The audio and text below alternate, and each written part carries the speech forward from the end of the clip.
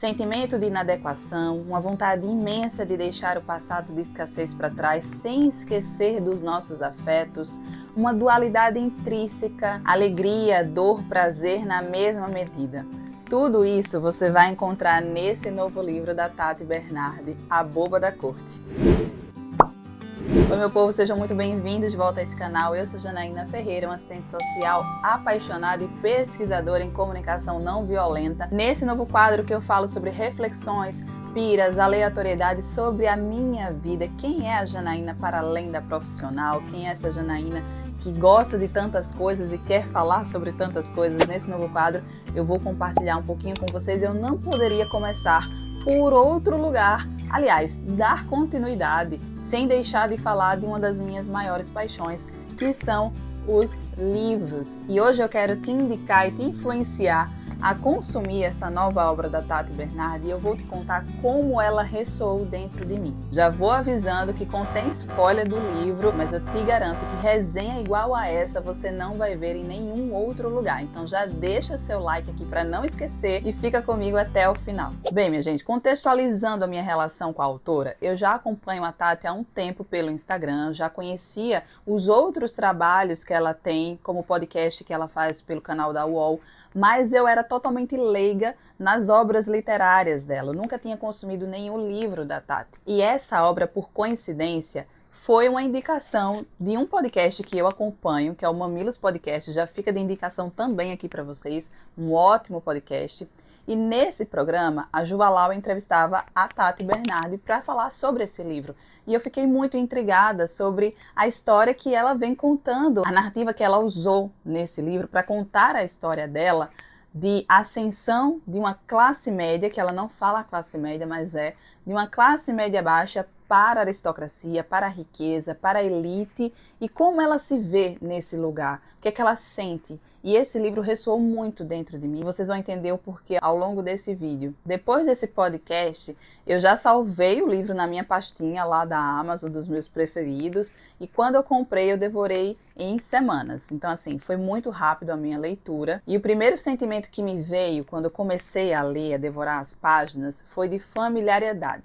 Não porque eu já tinha um conhecimento prévio da obra, mas porque em alguns momentos da narrativa da história da Tati, eu também me via ali dentro. Agora deixa eu explicar para vocês. Quando eu comecei esse vídeo, eu falei de deixar o passado de escassez para trás. Por contradição, a Tati não nasceu pobre. Ela veio de uma família que conseguiu ascender para a classe média e ela foi a primeira da família que conseguiu ter acesso a oportunidades, escola particular, acessos a cursos, natação, enfim. Ela era a riquinha do bairro de periferia aonde ela morava. Diferente de mim, que nasceu em um interior, numa família numerosa, de 4 irmãos, mais 2, mais meus pais, os meus avós, e que praticamente não tive acesso à oportunidade e que precisava de políticas públicas e sociais para conseguir estudar e para não passar fome. A minha relação com a escassez, ela foi vivenciada na pele, na falta dos recursos materiais que a minha família não conseguiu proporcionar para mim. Diferente da Tati, que teve os acessos, mas aonde que as nossas histórias coincidem? Porque ela recebeu a escassez como herança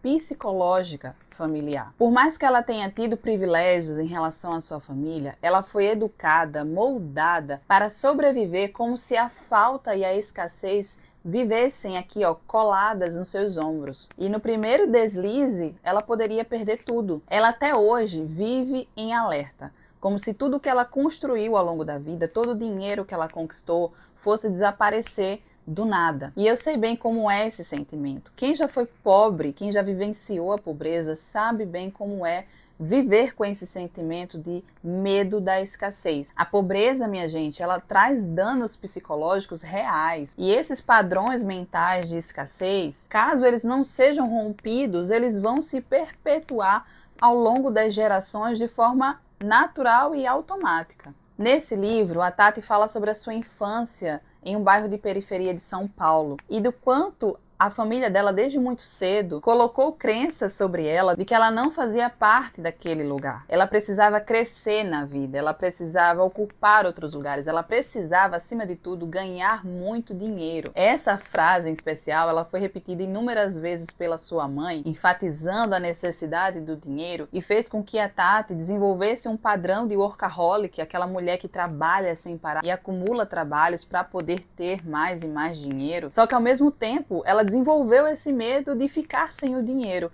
porque parece que é um lugar que ela nunca consegue chegar, nunca tem um final, uma reta final, onde ela possa descansar, se tranquilizar. Pronto, agora não vai faltar, eu posso desacelerar, eu posso agora desfrutar do que eu conquistei. Ela não alcançou esse lugar, porque ao mesmo tempo em que ela desenvolveu um prazer em ter dinheiro, ganhar dinheiro, até por conta das questões de gênero que ela vem falar no livro também, que eu acho magnífica, ela teve esse lado da crença da escassez muito enraizado nela. Ela foi criada para dar certo, para trazer de volta os investimentos que os pais dela fizeram por ela ao longo da vida, e foi exatamente isso que aconteceu.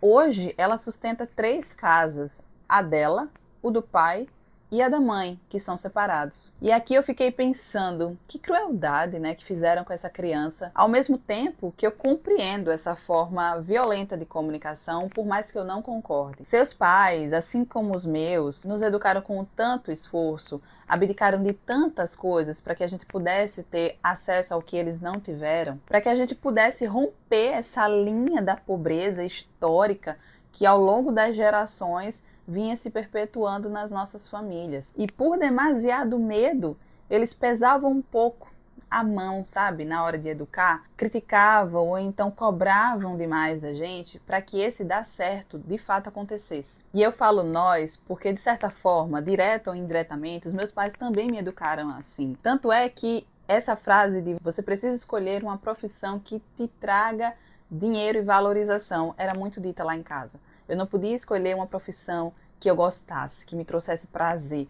Tinha que ser uma profissão que me desse dinheiro, para que eu pudesse sobreviver e pudesse resgatar os meus pais da pobreza. E eu desde muito cedo entendi que só por meio da educação que eu conseguiria ascender socialmente, que eu conseguiria sair desse lugar de falta, de pobreza, de escassez. Eu via a falta dentro de casa, queria estudar cada vez mais para conseguir um bom emprego. Então ficou muito cristalizado na minha cabeça, você precisa conseguir um bom emprego para poder sair daqui e tirar a gente daqui. Além, claro, de cursar uma faculdade. Eu fui a primeira pessoa da minha família a conseguir passar em uma universidade pública e depois ser bolsista integral em uma faculdade particular. Eu vivia na ansiedade do próximo capítulo da minha vida, onde eu não mais precisaria me preocupar com o dinheiro e eu poderia salvar a minha família daquele lugar aonde eles ficaram. Só que no meu caso, diferente do da Tati, eu ainda não consegui chegar na elite, eu ainda não consegui chegar na riqueza. Embora eu trabalho muito também. Aqui, as nossas diferenças de classe e de raça são demarcadores importantes para entender o porquê as nossas vidas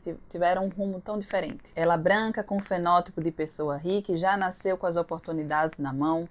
Eu, parda, de família pobre do interior de Pernambuco, sem acesso a quase nada e que dependia de políticas públicas e sociais e da caridade da minha família, né, de outras pessoas, para que a gente pudesse continuar estudando e não passar fome. No meu contexto, eu fui a pessoa que dei certo na vida. Com muito esforço e com muito orgulho da minha história, hoje eu ocupo o lugar em que a Tati nasceu. E ela conseguiu acessar a aristocracia, o topo, onde talvez eu e todos os brasileiros queiram chegar um dia. O que me intrigou no livro, que aliás ela conta com muito humor e de uma forma bem crua, e fazendo um parêntese aqui, eu considero que esse livro tem classificação de idade, tá? Porque ela fala de forma bem literal sobre situações íntimas da vida dela. Então sim, eu acho que é uma leitura para maiores de 18 anos. Mas voltando, o que me intrigou foi perceber o sentimento de inadequação que ela sente por ser uma mulher que veio da periferia, conseguiu ascender socialmente e hoje ocupa um dos endereços mais nobres de São Paulo e acessa a elite intelectual dessa cidade. Ela não se sente pertencente a essa elite, mesmo tendo conquistado conquistado o passaporte material para integrar esse grupo seleto da sociedade. Ela fala de um não lugar. Por mais que eu não ocupe esse lugar ainda, eu consigo compreender a Tati em certa medida. Talvez porque eu tenha sido atravessada pelo racismo diversas vezes e senti esse sentimento de inadequação desde a minha infância, eu a compreenda. Entendi que mesmo estando em lados opostos, quando a gente tenta romper a linha da pobreza e chegar à riqueza, não quer dizer que seremos recebidas de braços abertos por aqueles que já nasceram com um brasão real tatuado na testa. Ela, por ser branca, ter dinheiro, conquistou privilégios,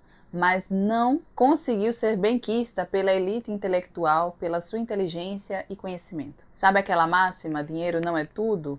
É exatamente isso que ela conta nesse livro aqui. Entre dissabores, amores frustrados e um desejo enorme de não voltar ao passado, a Tati usa o seu humor ácido e irônico para descrever a elite paulistana de uma forma única. Ela não teme mais falar o que pensa, nem mesmo daqueles com quem ela convive intimamente. Ela relata a sua dualidade entre odiar essa classe e ter um desejo desesperado de se sentir pertencente a ela de uma forma cômica, sem ser piegas. Ela tem uma criticidade que eu gosto, sabe? Por isso que eu li esse livro vorazmente, porque eu queria conhecer mais essa autora incrível e te recomendo que você também deseje conhecê-la. Esse livro despertou em mim várias reflexões. Me abriu os olhos para questionamentos que eu já faço hoje, mesmo não fazendo parte dessa elite. Como, por exemplo, será que vale a pena tanto desgaste, esforço, dedicação e chegar nessa elite de uma forma capenga, doente e infeliz por perceber que a linha de chegada nunca chegará? Será que vale a pena querer fazer parte de um grupo de hipócritas que clamam por justiça social, mas temem entrar num bairro de periferia por puro preconceito? Enfim, eu teria muito mais para falar sobre esse livro com você, mas isso são cenas do próximo capítulo. E se você ficou intrigada e quer saber mais dessa história,